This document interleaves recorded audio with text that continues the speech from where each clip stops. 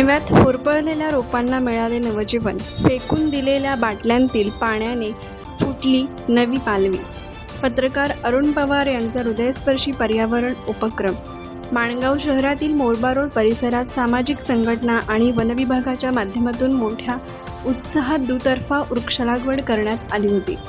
भविष्यात हा परिसर हिरवागार व्हावा, प्रदूषण कमी व्हावे आणि पुढील पिढ्यांना शुद्ध पर्यावरण मिळावे या उदात्त हेतूने लावलेली कोवळी रोपे काही अज्ञात समाज कंटकांनी लावलेल्या वणव्यात होरपळून गेली.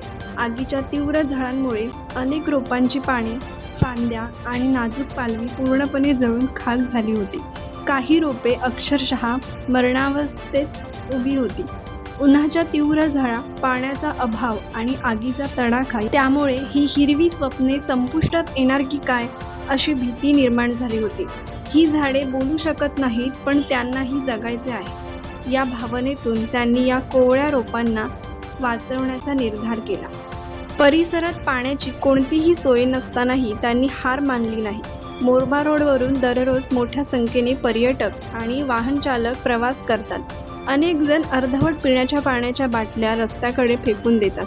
त्यांनी परिसरातील फेकून दिलेल्या बाटल्या गोळा केल्या आणि त्यामधील उरलेले पाणी या तहानलेल्या रोपांच्या मुळाशी घालण्यास सुरुवात केली.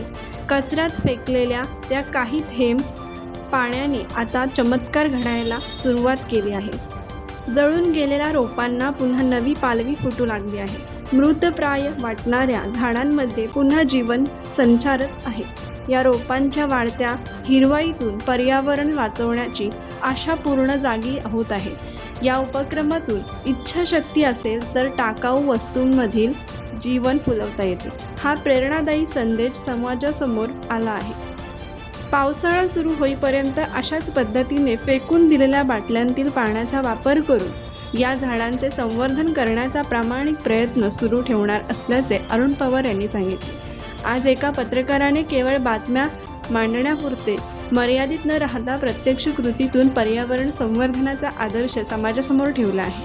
त्यांच्या या संवेदनशील आणि निस्वार्थ उपक्रमामुळे अनेक नागरिक प्रेरित होत असून प्रत्येकाने एक झाड जगवले तर भविष्यातील पिढ्यांना हिरवेगार जीवन मिळेल असा संदेश या कार्यातून दिला जात आहे. कोकण एक्सप्रेस चॅनलसाठी माणगाव प्रतिनिधी अरुण पवार. कोकण एक्सप्रेस चॅनलला लाईक करा, शेअर करा आणि सबस्क्राईब करा.